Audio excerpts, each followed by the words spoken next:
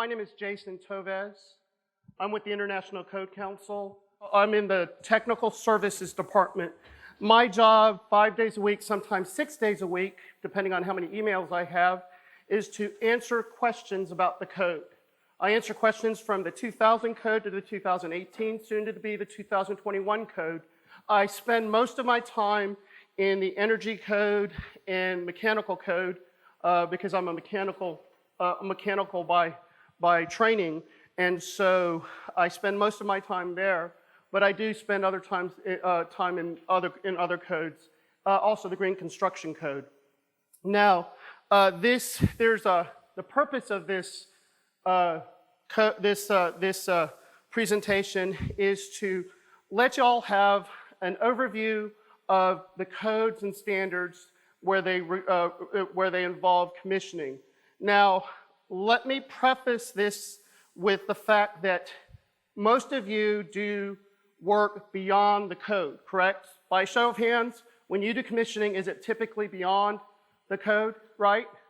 Y'all are aware of that. You can't say that this is code required unless, well, you can. It happens all the time.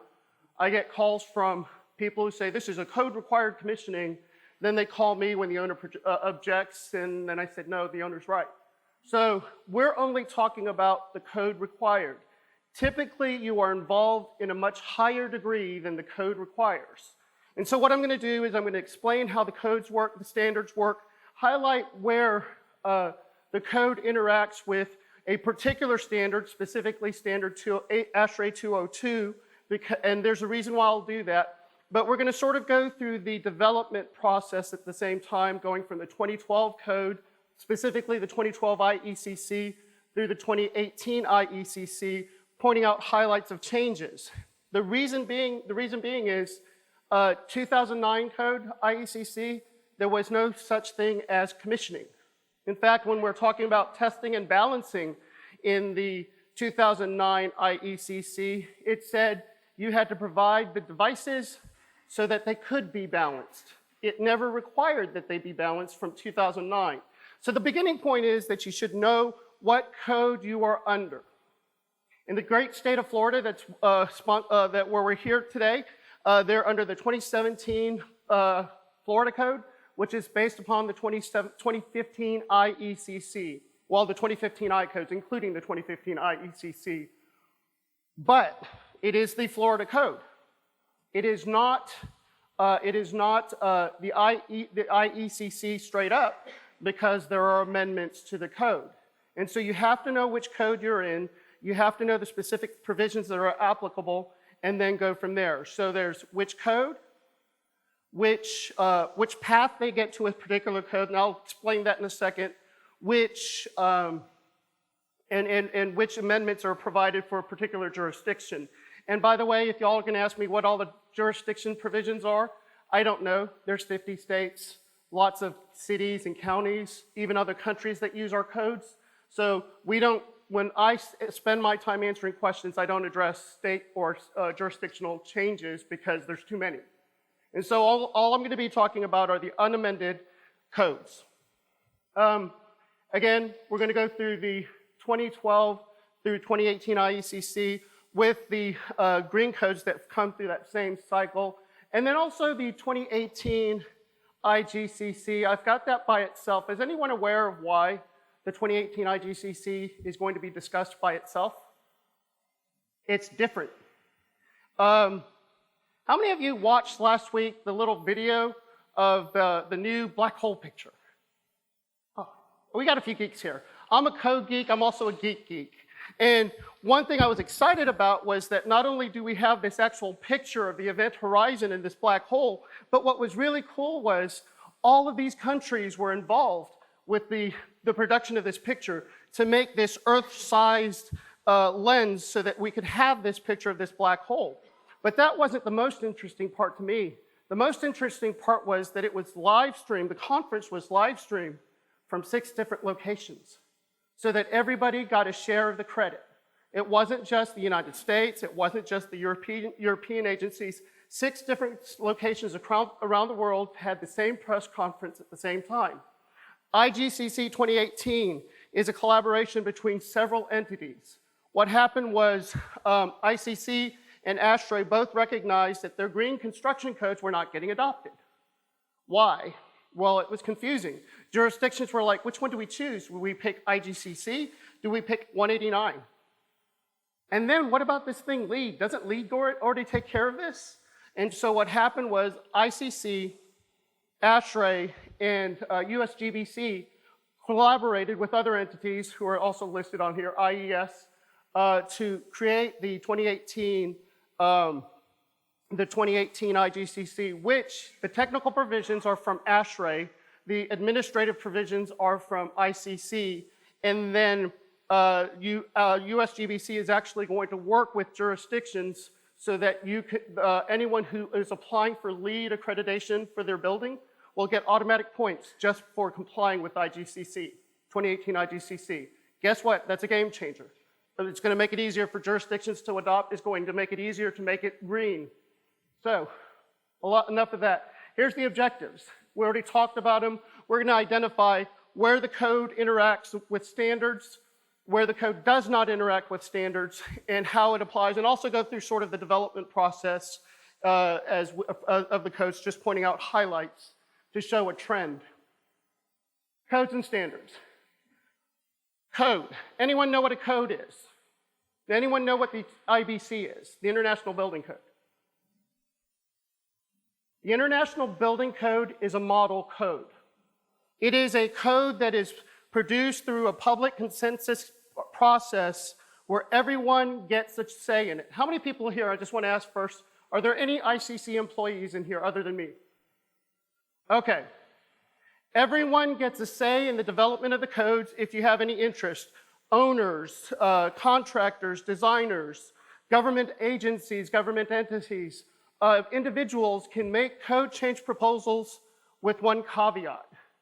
Everyone in this room can make a code change proposal except for me. ICC stays outside the fray. We make sure that it's transparent. We make sure that it's fair. We make sure that everyone has an opportunity for input. Anyone who wants to can come into it. It's a public process. It's streamed. All of this, it's streamed live and archived. You have access to it. And again, anyone can make a code change proposal. Currently, we're going through the 2021 cycle for the energy code. After that, then we wait a year and then we start the cycles again for the 2024. Now, codes are written in mandatory language. It is, you shall do this, okay? In the energy code specifically, there's mandatory language with, you shall do this for air barriers, because we're talking about commissioning. Air barriers have to meet one of these provisions. After it says you have to do something, that's the scoping language, mandatory language. Sometimes it references a standard. A standard is the how to do something, okay? If you look at, well, how am I supposed to do this air barrier? It's got some information, but it doesn't necessarily talk about all the ifs, ands, or buts. And so if you're looking for the how to do it, it's typically not in the I codes. It's typically in the standard. Now, we will point out that the IECC does not reference, I will point out that the IECC doesn't reference any standards for commissioning.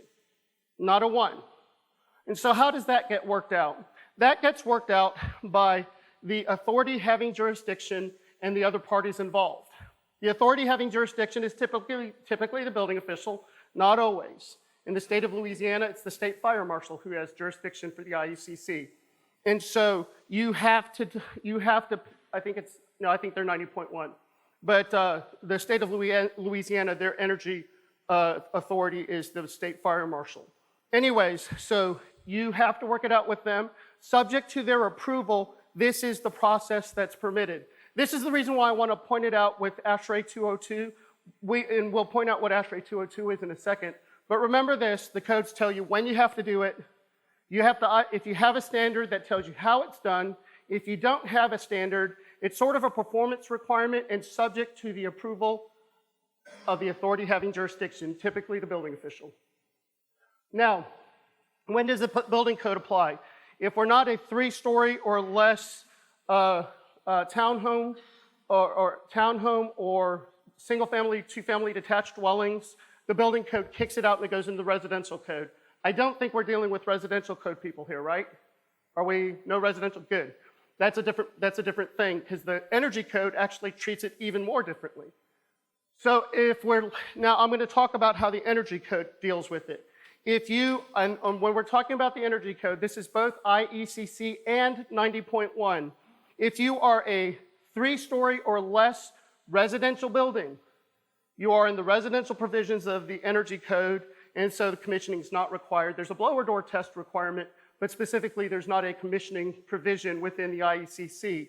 90.1 kicks you out as well. It says it doesn't apply. So 3-story or less apartments, which are our 2 buildings, and 3-story or less townhomes, single-family, 2-family dwellings. Now, the R1s are not included in the residential provisions of the energy code. R1s are hotels. So those are always included in the commercial provisions of the energy code. We'll speak to that specifically in a minute. All of the I codes are referenced through the IBC except for the ones listed up here. The International Zoning Code, the Green Construction Code, and the Performance Code.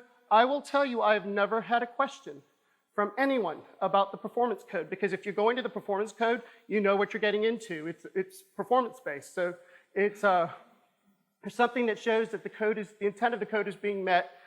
If they're headed in that way, they typically already know where they're going. Let me talk to you about a standard and just explain why you need to know what to do with the standard, how to apply it, where to go. The standard is the thing that tells you what the code means when it says you need to do this. Now, this particular standard that I have listed up here is ICC A117.1. It is the handicap, that's not the way it's named, standard for accessible and usable building and facilities. So it's the accessibility standard. People like to reference ADA. The IBC does not reference ADA. Neither does it reference FHA, but A117, they spend a lot of time in the standards development process. They also have a public process like the codes development where they make sure that as much as possible that it's coordinated with ADA and FHA. So this was the most recent one that went out.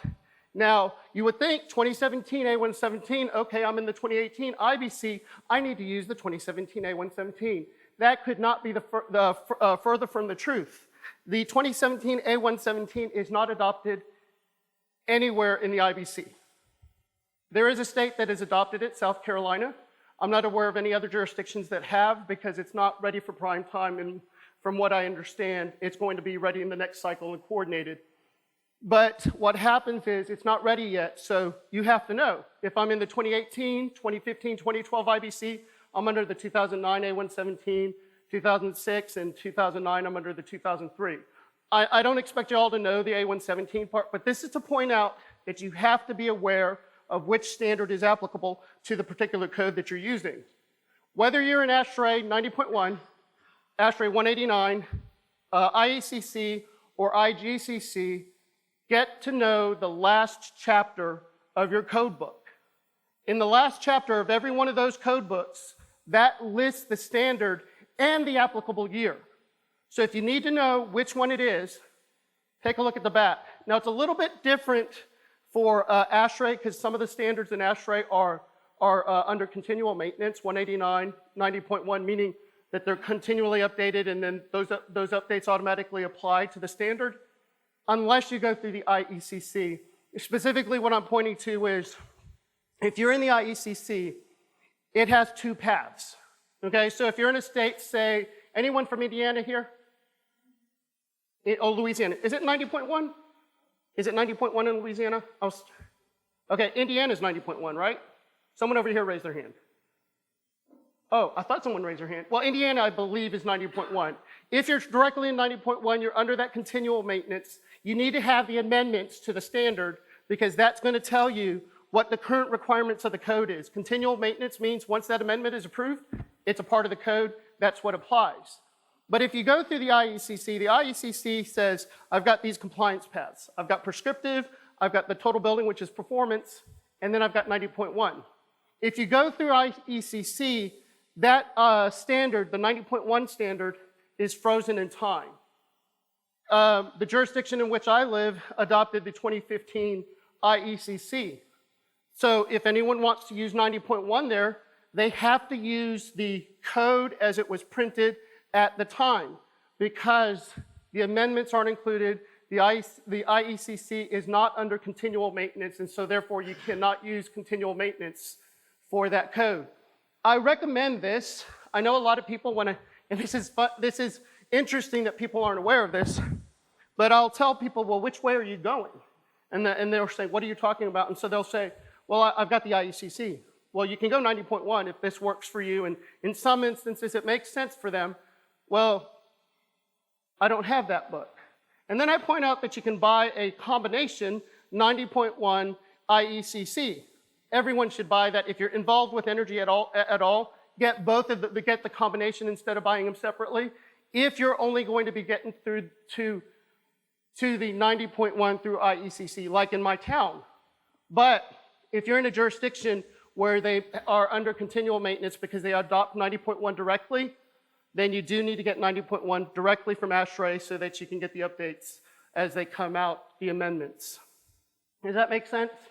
Any questions? I know we're spending a lot of time with this, but I want to make sure we understand how these work. So the code is the law when it's adopted, and so are the standards by reference. But sometimes there are conflicts. Now, if there's a conflict within the code, that's easy. The more restrictive applies. Okay? Or if there's a specific provision that overrides a general provision, the specific provision applies.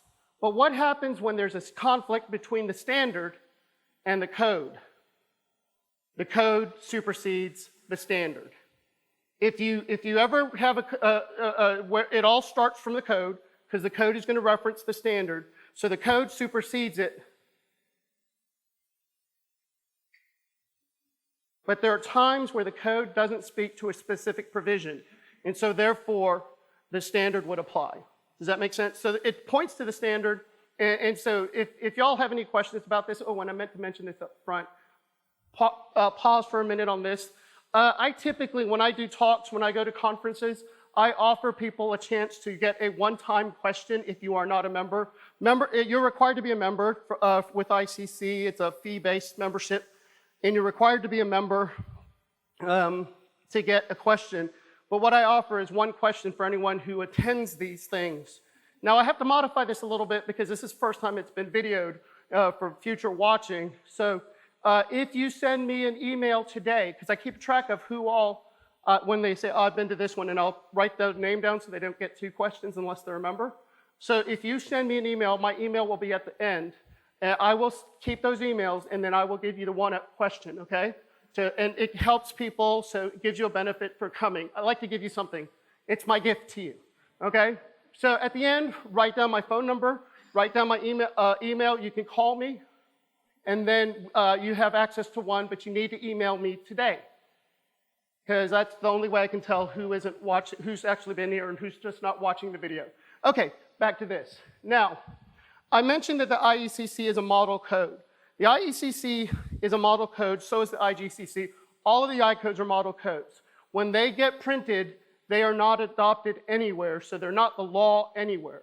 It's not until they get adopted by a jurisdiction that they become law.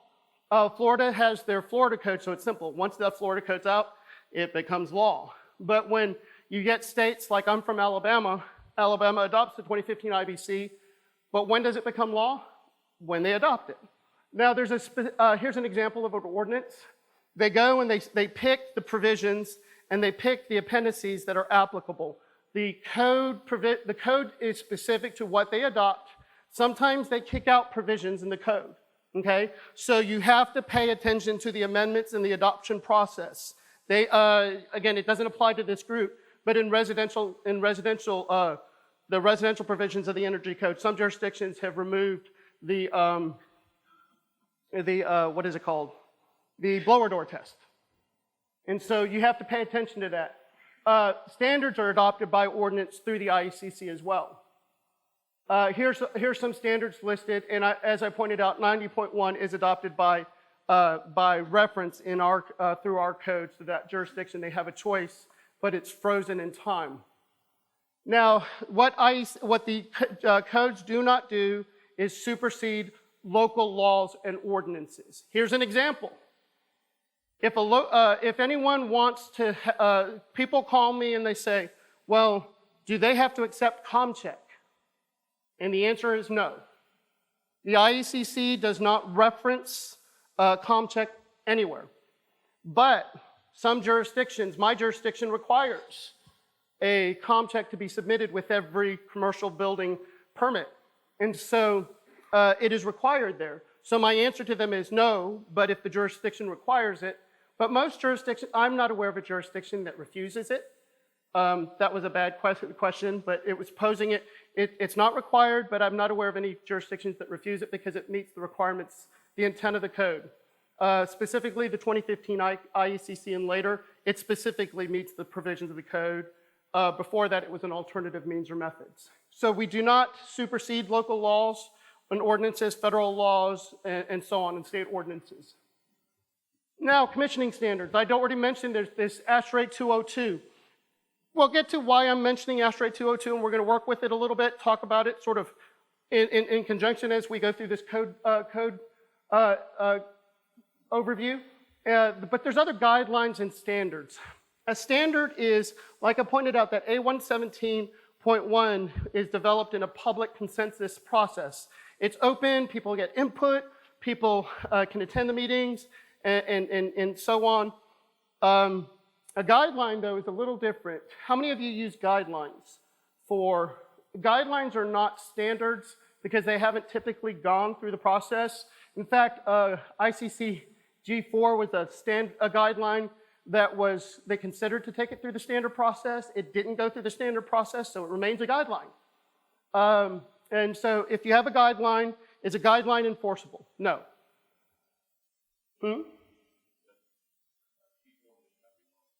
Yeah, but it's still not standard. Yeah, still a guideline. Now I got to watch because he knows more about this. I didn't know it got republished. So my date's outdated. Okay, so y'all ignore that date, and so you get 2 questions answered. Okay, and so so we go back and we look at this, and so there's standards. Now, what if the standard is not referenced? Okay, say you're dealing in Florida, you're in the IECC 2015 or the Florida 2017 Energy Code. Ashtray 202 is not adopted through the code. Is it still enforceable? No. It is, for all intents and purposes, a guideline, a best practices. It's still a standard, but it's something that you do as a best practices. And that's where we started with this talk, is that you typically work above the code. You're not in the code process, but it's going to get better. That's what the intent of this presentation is to show you we started out with nothing. We started out slowly. We're getting there. Now, I know it surprised me, actually, when I heard recently people were complaining about the fact that when commissioning got brought into the code, that it dumbed it down because now owners are looking at commissioning, meaning just mechanical test and balance, and the mechanical provisions, and then the functional testing for lighting. Yeah, I do know that happens, where the building owner sits there and says, well, I only want the lease because I'm only going to pay for this. But y'all were before the codes brought in the 2012 IECC, brought in the commissioning process. We're already going through your commissioning process, but well before the code was requiring it. So it is more difficult because other players are coming in. But what we'll see is that the codes are developing such that it's headed towards a more descriptive requirements in the code as it develops, and I'll show you why. Okay. Standard 202, y'all know it. It talks about a whole bunch of, it gives you the process, it gives you activities, and it gives you deliverables, and then it describes each one of those activities as you're coming to these deliverables. And so it's this standard. If y'all don't have it, and if you ever intend to do something with the IGCC 2018, it is now referenced in 2018. That's why the reason why I'm going to use this sort of as the the go-by to see how we developed over time and how to apply the code. It'll also give you a heads up on what you need to do and look at different parts of the code. Now, this is a list of activities and deliverables. We're going to be just touching base on each one of those. We're not, well, on some of them, and then ignoring others because the code ignores them. And again, we're talking about what the code does. Okay, so owner project requirement. Y'all already know what an OPR is, right? I'm not going to teach you. I'm not here to teach you about commissioning because you all can teach me about commissioning. I'm a code geek, not a commissioning geek, and I'll tell you when it comes to standards, I spent from the 2000 IBC, IRC, IMC, IPC, IFGC, ISPC, and so on, zoning codes and this, I have to know those codes all the way to the 2018. I don't get into the standards as deeply as some would like me to, but that's your job, okay? So when you look at the standards, that's the how-to. You all will need to know it. So if you don't have an applicable standard or guideline, it makes sense to take a look at one to get to know it because that's your how-tos. So there's the definition of OPR. These are from 202, the current version of Ashtray 202. I pulled those little highlights from it rather than listing up the definition. Same thing with basis of design, concepts, calculations, and decisions. Now, when we know this standard is applicable and we're going to use it to compare, let's get into the codes. How much time do we have? I'm a talker, so I need to make sure I don't overtalk. Okay, I need to speed up. Okay. Sorry, I'm a fast talker, but I have a lot to say. Okay, so the process that verifies commissioning, this is from the definition of the IBC. And what people look at, and this is important, they look at it, and many people look at the commissioning process as the minimum code requirements. Y'all, the code is a minimum code. Okay, the code has never been intended to keep you from doing something. Again, commissioning, you tend to go beyond the code. The code is the worst building that you are legally allowed to build. Okay? I meet these requirements, I am code compliant, I don't have to do any more.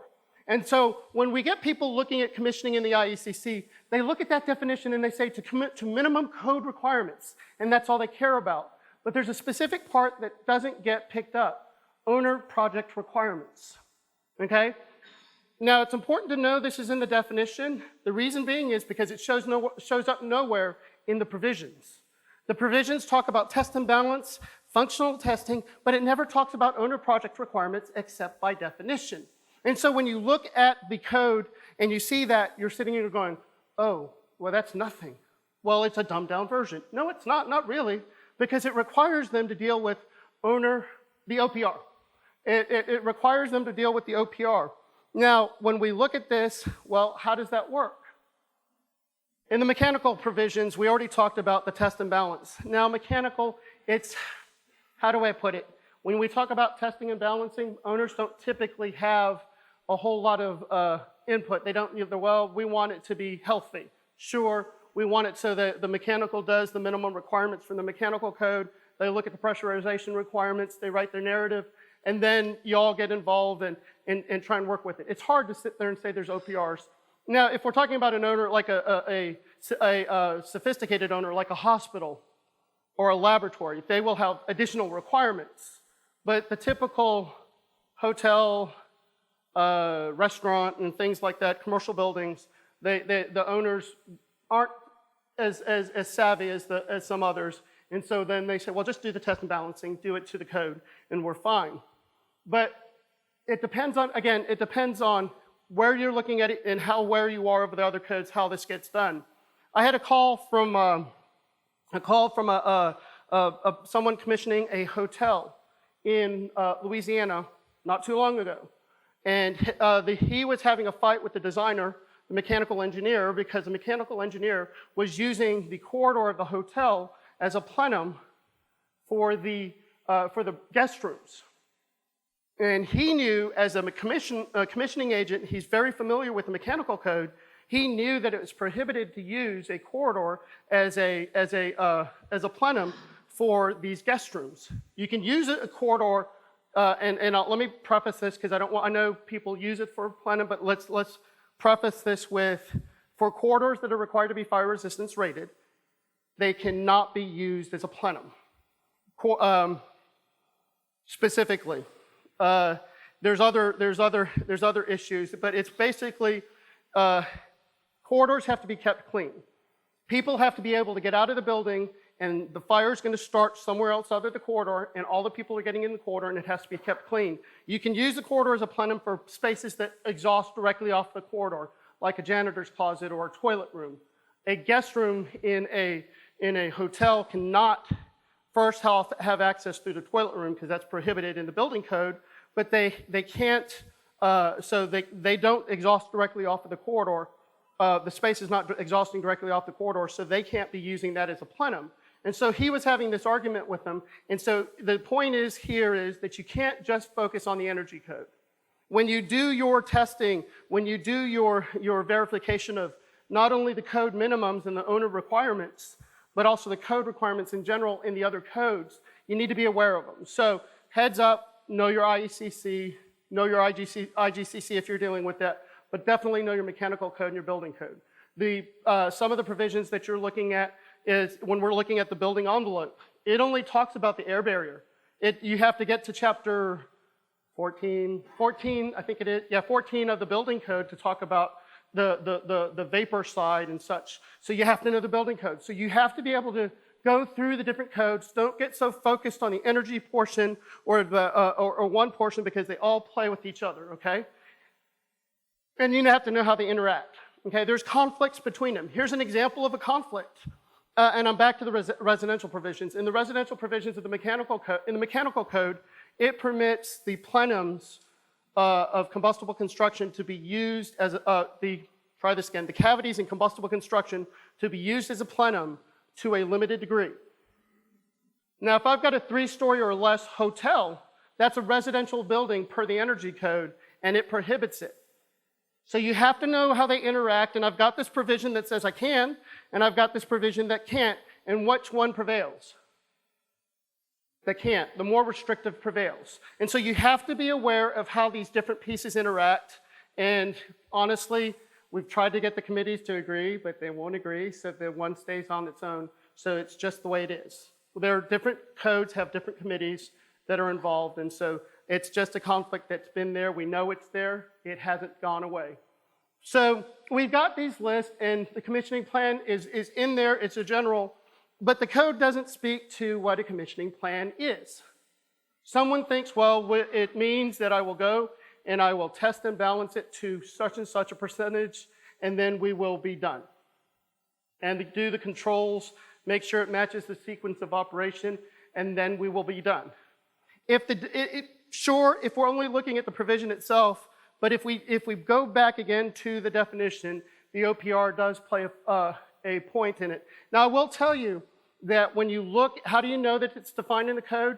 All of our codes, the I code specifically, if it's an italicized word, it's in the chapter 2 of the codes. It's a defined term. Go back there and look at it. There's a reason why it's in the defined term, because it will have an application in the actual production of designs. So, as I mentioned, the owner project requirements are in the code by definition, in the provisions, and then the commissioning plan. You see all these other pieces that I have not highlighted? Those are the parts of Ashtray 202 that don't get addressed at all.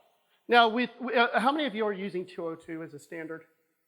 It's, okay, a couple, right? Okay, I'm only mentioning this standard again because it's in the 2018 IGCC. But if we look at it, the standards are pretty close to each other. But if we look at it, it ignores a lot of things. And so I do recognize in the 2012 IECC, y'all were at a disadvantage because you were started long before. And then someone comes up, Bubba mechanical contractor comes up and says, I can be a commissioning agent, and goes and does it. I understand it's getting better. We'll go through this. Okay, you also have to know which code you're in to understand why commissioning is required. How many people know the 50,000 square foot threshold in 90.1? Right? 90.1 says 50,000 square foot commissioning is required. Not in the IECC. It's 480 MBH. Well before you can get to a 50,000 square foot building, commissioning is required. Now, it's a limited amount of commissioning, but it is a different threshold. So again, you need to know which code you're in. If I'm in the IECC, 480 MBH, so that's a much smaller threshold than the 50,000 square foot building. And then heating 600 MBH. That's significant because if I'm in the south, it doesn't really mean anything. When I go up north, it means a whole lot more. So you need to know what you're dealing with. Specific thing here, these exclude dwelling units. So if I'm dealing with a high-rise apartment building, the code does not count those in the threshold. I get to count everything else. Typically, in a high-rise apartment building, you'll have enough load to get the commissioning in there, but it is not a requirement unless the spaces outside the dwelling units exceed the 480 or 600. We already talked about it. There's some functional testing, test and balance, and then the commissioning report. The deliverables, construction checklists and reports, and issues and resolution logs. I think that is a reasonable requirement. Now, can you tell the building official this is required because we're doing this commissioning process and this makes sense with Ashtray 202? No. But you can suggest it to them in the nice way, in a way that you teach him or her that this is what the code is intending, and maybe they'll accept it. Honey, vinegar, you know the thing. So talk to them and try and teach them. I will tell you that I've dealt with building officials. They're much more accepting as if you're in the teaching mode rather than the correcting mode.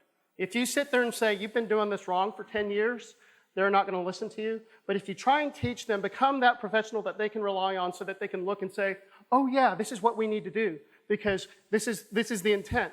It works because they're the ones who get the say. Approved by definition in the I codes is acceptable to the building official, by definition. Okay, so we have the requirements of the mechanical. We already talked about that. And the deliverables. Did I just go backwards? I think I did. And then the manual requirements.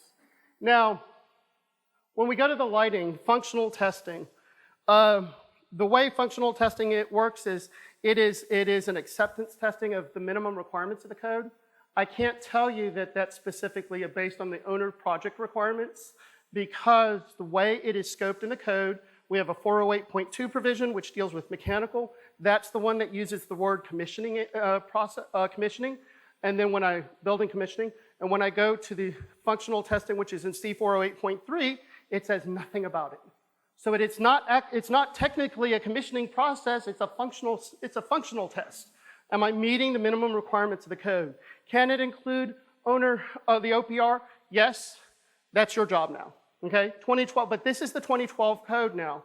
And it was very non-descriptive. It said you shall do without a whole lot of for these items. Again, now here's some changes. This is just to make yourself aware that we're getting better with, but it's becoming more energy efficient. The intent of the energy code is to become more energy efficient with every cycle. They went from the 2012 on the requirement for 600 MBH for mechanical heating, space heating, to a combined service water heating and mechanical. So now you also have to include the water heaters in this hotel. With that, and now you get to code. Now this hotel would have been required to be commissioned because it's so big anyways.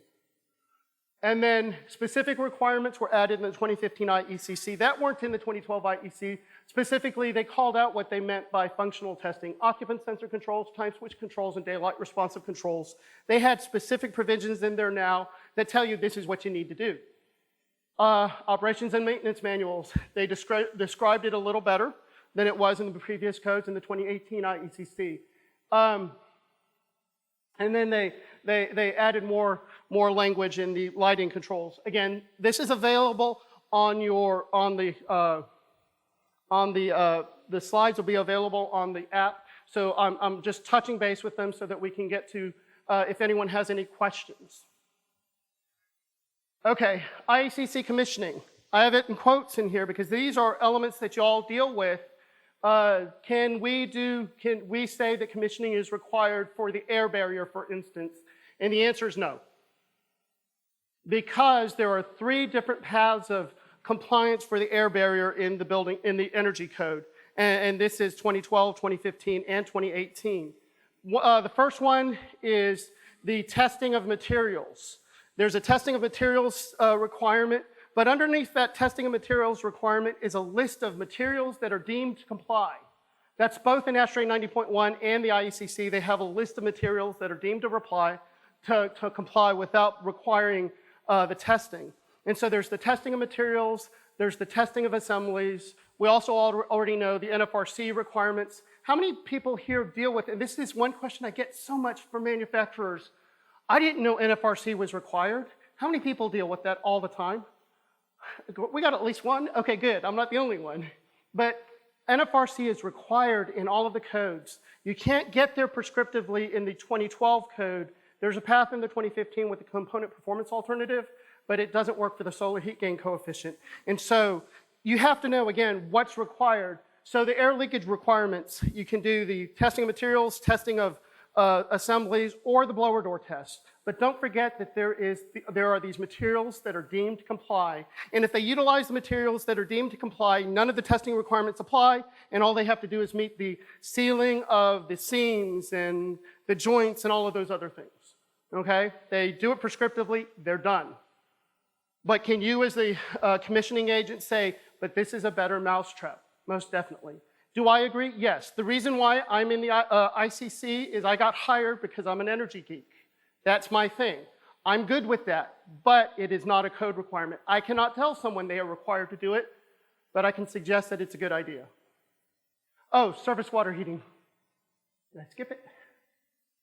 Surface water heating. Surface water heating, can it be something that needs to be commissioned? It's something if you as a designer or I'm a commissioning agent provide that service to the designer, yeah, you can include that, especially now with the efficient use of piping provision for lavatories and other plumbing fixtures. Anyone know how long you can make a half-inch pipe go from the source of water heating to a public lav in the 2015, 2018 codes? Huh? 2 feet. Yeah, not long at all.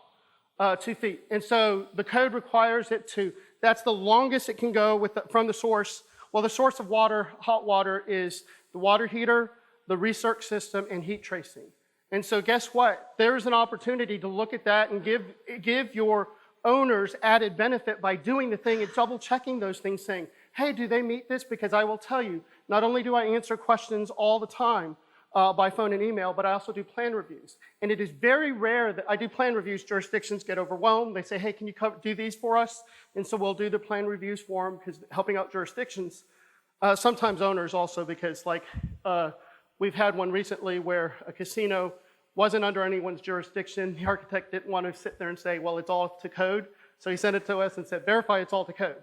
And so I will tell you once or twice out of all of the energy reviews that I've done for the 2015, they've all been 2015 energy code, did they get that efficient use of water, domestic water piping? It's very limited. It's a good provision, but no one's catching it.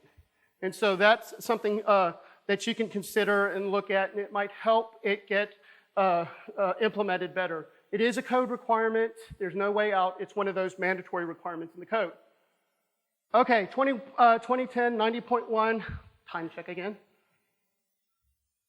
Okay, faster. Okay, it's pretty much the same thing, okay? If we start at the 2010, the reason why I'm starting with the 2010, 90.1, that is the one that is referenced in the 2012 IECC.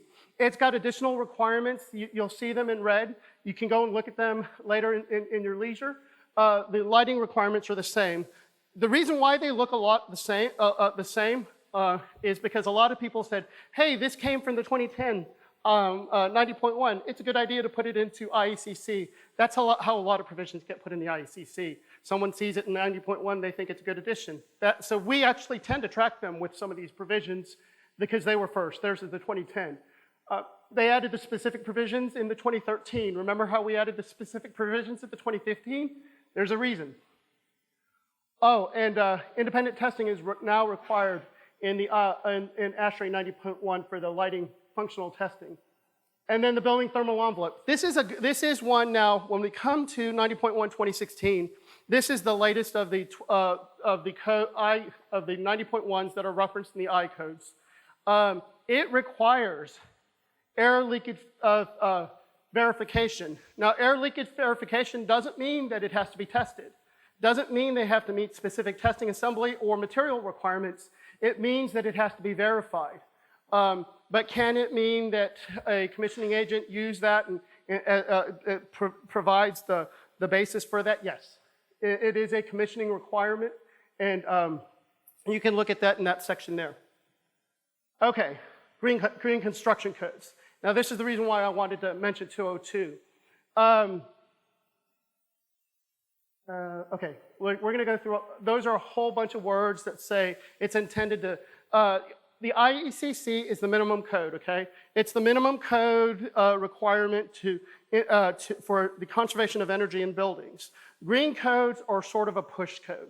Jurisdictions, they want to do better than the minimum codes, and say they put in these green codes. Now, the green codes are not just about energy. They're about efficient use of resources. They're about site development. They're about a whole lot of things that aren't applicable to this session.